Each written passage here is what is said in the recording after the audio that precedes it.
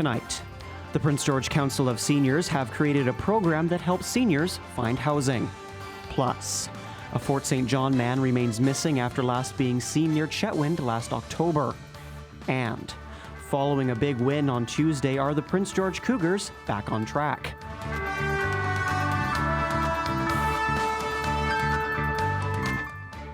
Good evening and welcome to CKPG News. I'm Adam Burles.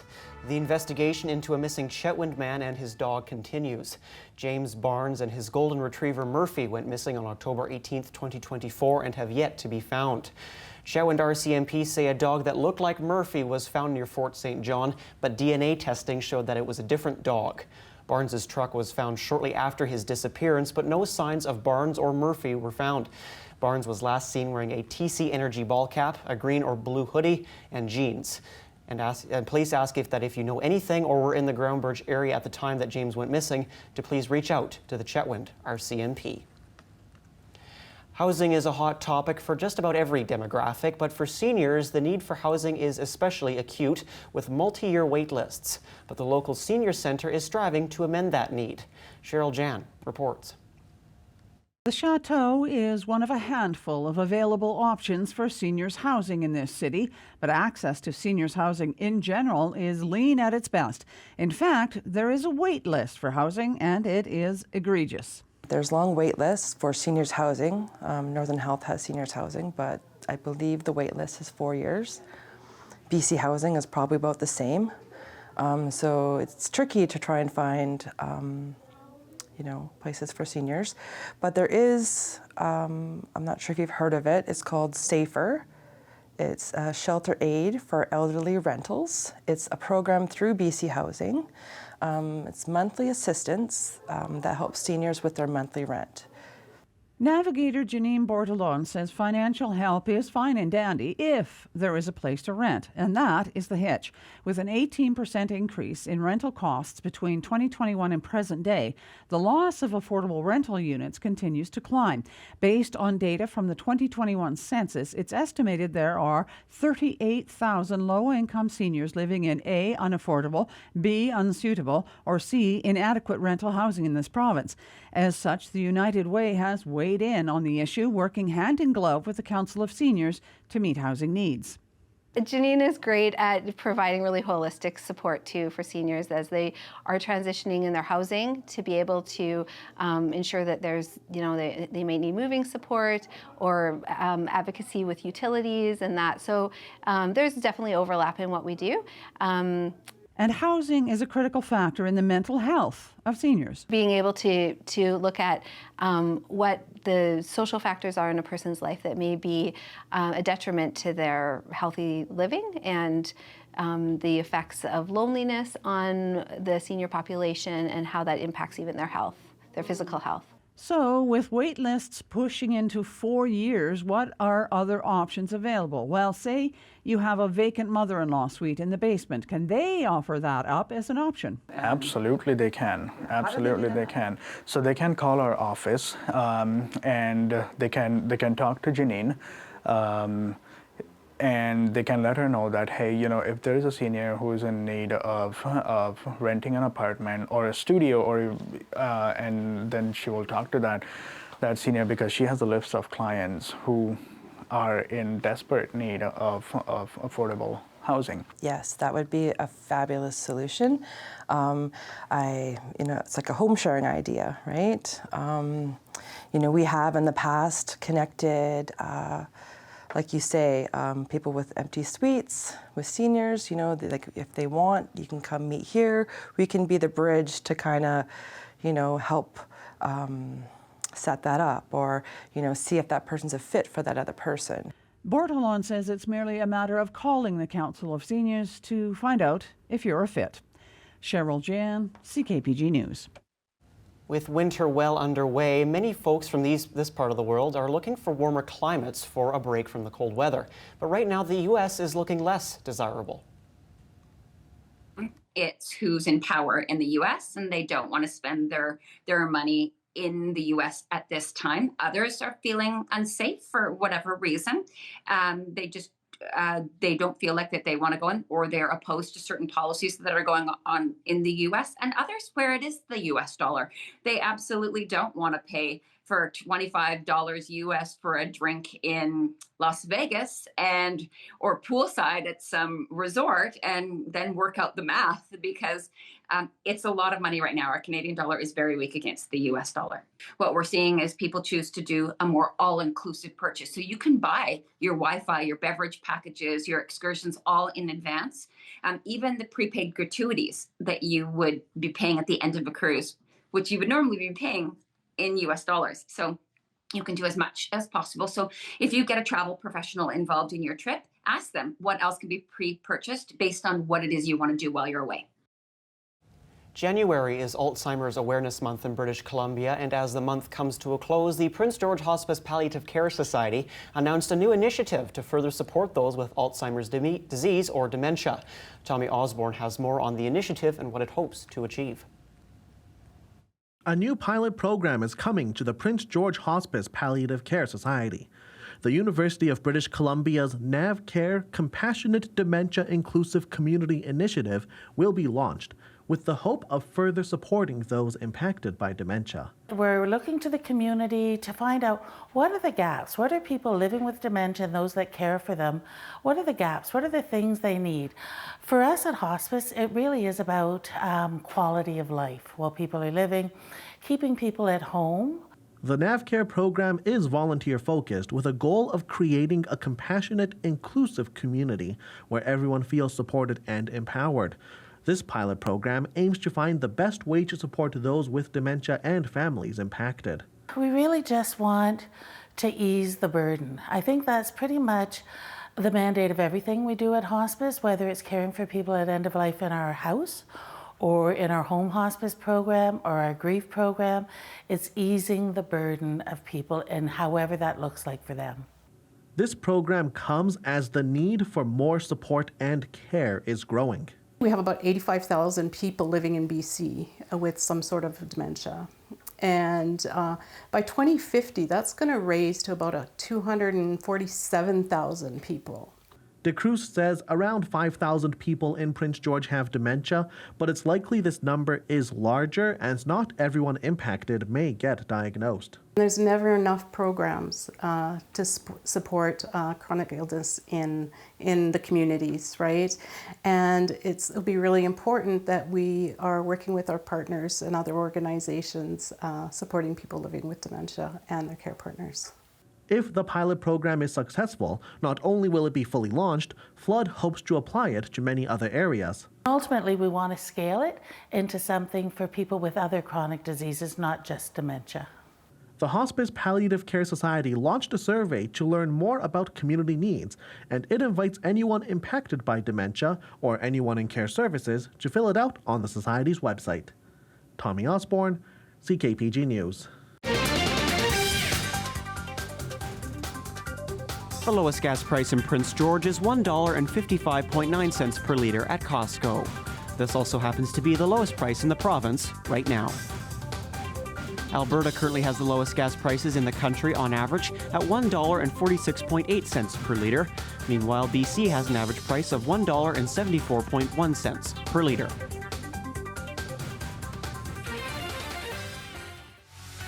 CKPG Sports is delivered by Domino's.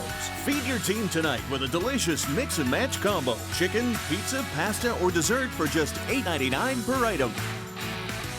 The Cougars were back on the ice today after a statement 8-3 win over the Swift Current Broncos on Tuesday.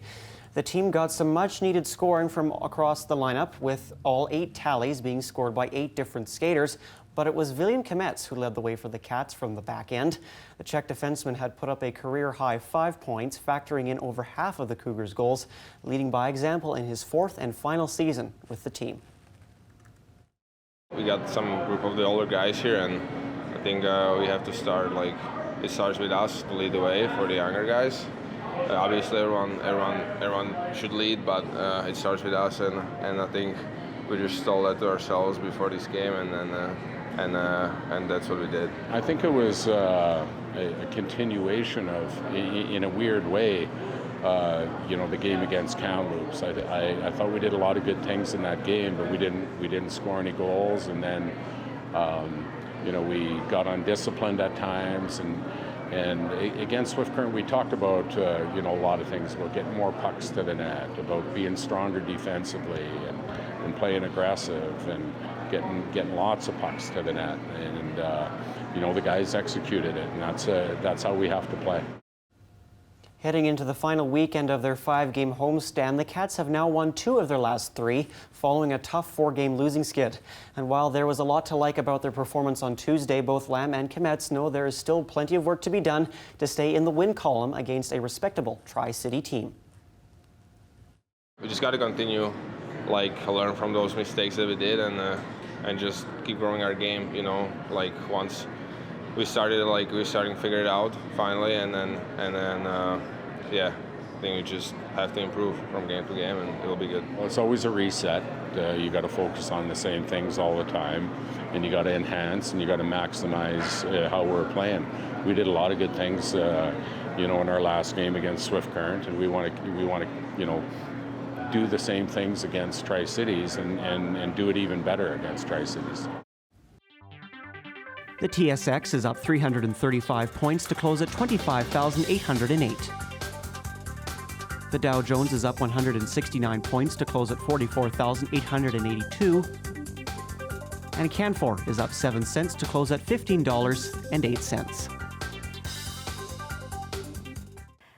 Good evening again, everyone. We've got lots of active weather to talk about, taking you back from today. Clouds, flurries, even some light snow in many areas across our region. But now it's really the bulk of this system that's coming our way. So we are looking at snow tonight around 2 to 4 centimeters, and then another 5 to 10 tomorrow. So we'll jump into the futurecast where you can see this system really intensifies right about there. So overnight tonight into the early morning and right through the day tomorrow, we will see that snow continuing. Going into our Friday night, we are looking at periods of snow continuing, and that is going to create some pretty active weather in terms of winds as well associated with that. So we do have some blowing snow mixed in as we move forward into our Friday night. Our Saturday, Sundays, when we see that Arctic air really park itself over the province, and it will take the temperatures down significantly. So more on that in just a second, but here's tomorrow. -19, clouds and snow expected for the Peace River region, and very cold already starting tomorrow for you. This is going to get colder, though, by the way, as the Arctic air really moves in. For us, we'll sit at around -8, so it will be colder than it has been, but we are anticipated to see the temperatures go a little bit further down than that going into the weekend. So we'll be into the double digits for sure. But snow again for tonight and tomorrow is really the story as we move into Friday. Down through the southern interior and the south coast, starting to see the precipitation picking up. There will be breaks here and there, but certainly some snow expected in through Kamloops and down through Kelowna, and then the rain is what we're going to see on the south coast. But even as these temperatures cool down for the south coast later into the weekend and early next week, a lot of areas there will see some wet snow mixed in. -8 for Burns Lake. You've got clouds and flurries expected there. -9 for Vanderhoof. We're looking at temperatures around -11 Fort St. James, and lots of active weather right across the board. Across Canada, as we take a trip for you, 8 in Vancouver, as I mentioned, a wet one along the west coast. -10 in Edmonton, again, clouds and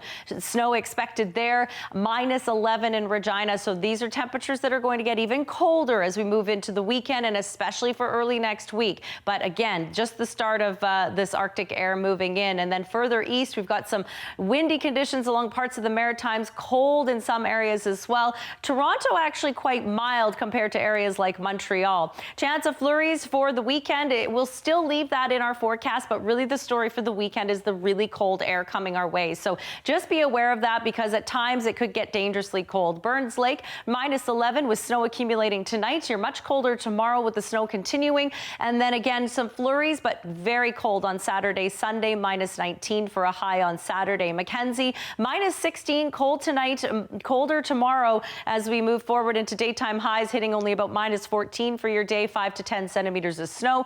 Very lovely in terms terms of conditions going forward, but these temperatures are certainly very cold, especially Saturday, Sunday.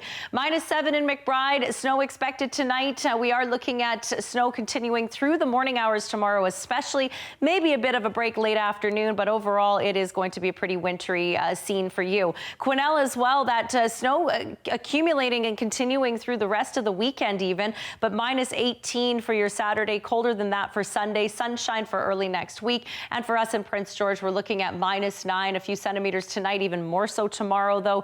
Cold for the weekend. We will get a break on Saturday, but still leaving a chance of flurries in there for both Saturday, Sunday.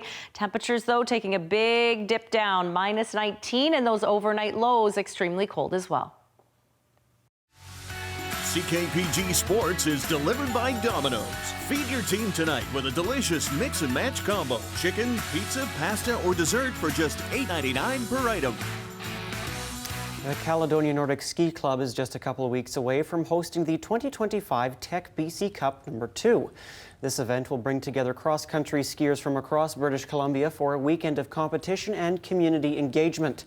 There will be athletes of all ages and skill levels, and it will also showcase Prince George and the exceptional facilities at the Otway Nordic Centre. There will be free admission for spectators as it kicks off on February the 14th and wraps up on the 16th. It brings the best cross-country skiers from around the province, and it's for all ages, so from the very young to the senior and masters, and yeah, we'll have two days of competitions. There'll be prior to the competitions, there's a training day. So there'll be both the sprint races on Saturday. So there's qualifiers, and then there's the sprint heats, which are super exciting. And then on Sunday there'll be an interval start race, and that'll be various distances depending on the age group. This is one of the key races where the athletes will collect points to determine who goes on to the provincial teams, who attends the camps and things like that. So it brings a lot of athletes from all over the province. I always love to have more people come out and volunteer and participate. And so if you're interested, just visit our website, the CaledoniaNordic.com, and there'll be an event page for the BC Cup. And from there you can get all the information, whether it's like about the event itself, like the maps, where what kind of races they are, but also volunteering. Time for a quick look at our weather forecast before we wrap things up tonight. I'm going to start to see the cold weather sort of seep into our day tomorrow, -8 for high, and then, yes, it's going to get chilly. But before we start to see the really cold temperatures, we have to deal with some snow first, expecting about 2 to 4 centimeters of snow tonight. About 3 to 6 tomorrow, that's where we're going to see the bulk of that snow show up tomorrow. And then Saturday is when we enter our deep freeze, -19 as a high for Saturday, Sunday, and Monday. And then warming up just slightly on Tuesday and Wednesday, but still expecting pretty cold overnight temperatures. All right, that's all the time we have tonight. Thank you so much for joining us. For news anytime, visit our website at ckpgtoday.ca. Have a great night. We'll see you tomorrow.